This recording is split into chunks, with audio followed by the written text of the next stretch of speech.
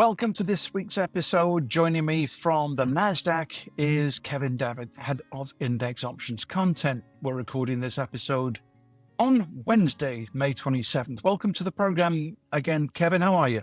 Thank you for having me back. And these short weeks are confusing. It's Wednesday already, but I'm excited to talk about relentless market. Relentless is the word. I mean, it's just 2 months ago since we watched Artemis 2 round the moon, and the administration this week has announced that it intends to build a lunar base for human consumption by 2032. So my question to you, Kevin, is why didn't the home builders rally more on that news? Why didn't the home builders rally more? Really, really good question. My reply back would be like, was David Bowie ahead of his time 50 plus years ago with life on Mars? But that is not the point here. Your question and the behavior of one of the areas of the market that the past 2 months have left behind are the home builders, and certainly not something I'm an expert on, but over the past 2 months, the move we have seen both in the US and globally in interest rates is almost certainly a direct sort of drag on the housing market, whether it's domestically or celestially. I'm not sure how we would describe that, the moon, the idea of sort of living on the moon. But It's the gravitational pull, Kevin. There you go. But there's a lot of technology companies did rally yesterday or Tuesday, following the long Memorial Day weekend, as a result of being associated with the space play. So you're absolutely right as far as that's concerned. That area of the market has been sort of a hot little pocket from my perspective. And again, this is just my view.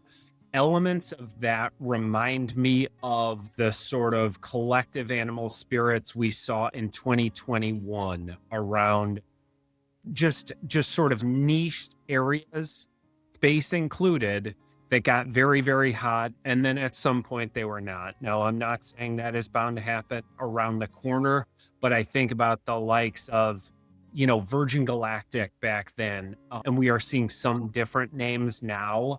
But animal spirits are out, and interest in sort of pockets of the market, I think, are evidence of how widespread that's become.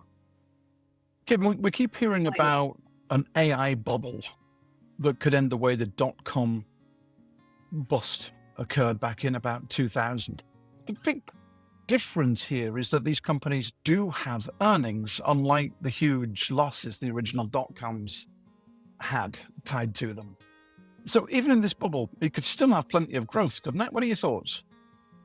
I like the way you frame that. So my first thought is that there's always going to be people talking about bubble potential because that fear provokes a natural human reaction. Now, I am well aware that we have had a very significant broad market rally led by a relatively small group of stocks more recently. But that narrative has been largely unsuccessful for the better part of 17 years now, right? Your point about rallies like this having the potential to go on much longer than people would expect, I agree with. And as far as that first point about the companies and the leadership and the expansion we've seen really around revenues and profits, it is so markedly different than it was nearly 30 years ago now. I would point to, if people are confused on that, some research that my colleagues in the Nasdaq index team did very specific to this, that shows things like the difference in PE ratios and just outright profits compared to the late 90s. My last point there would be that this is not just limited to the Nasdaq 100. You and I talk a lot about how the typical moniker around it is technology, and there is certainly a large cap growth skew to it. But this is reflective of the US and global economy. And it's not just a tech thing, albeit very sort of semiconductor memory focused of late. Long-winded, sorry. That's okay. It's a very good response. We seem to be, well, things seem to be calming down on the Middle East front. Apart from a huge correction in stock prices last month, investors seem to be looking right through the problems in the Middle East. Arguably, in that case, this rally has the potential tailwind of lower energy prices ahead. Would you agree with that? I would agree with that cautiously. I would potentially argue that we have seen that play out more recently. So kind of in the past handful of days as headlines have floated. I would say that the investing and trading public is increasingly inured to headlines because there have been so many, and really it hasn't impacted the broader sentiment for a couple of months. Could that change? Certainly. But then the other point I would make is that energy prices, like sort of macro volatility, have the tendency to move up very quickly and then kind of stair step lower, or some people say come down like a feather.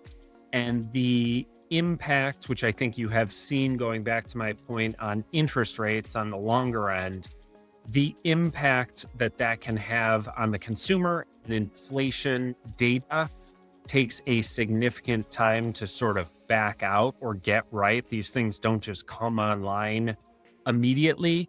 And so I do think that the higher energy prices for longer is something that we will see continue to filter through the economy, both in the US and globally, probably for the rest of the year and maybe longer. Very good. Kevin Davitt, Head of Index Options Content at the Nasdaq. Thanks for joining me. Thank you for having me. And to the audience, thank you for your time today. And don't forget, if you like today's episode, to subscribe wherever you download your podcast from. Bye for now. The analysis in this material is provided for information only and is not and should not be construed as an offer to sell or the solicitation of an offer to buy any security.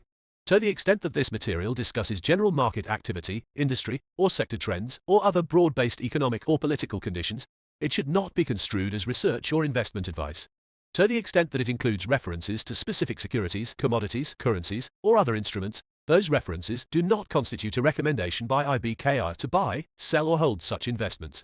This material does not and is not intended to take into account the particular financial conditions, investment objectives, or requirements of individual customers.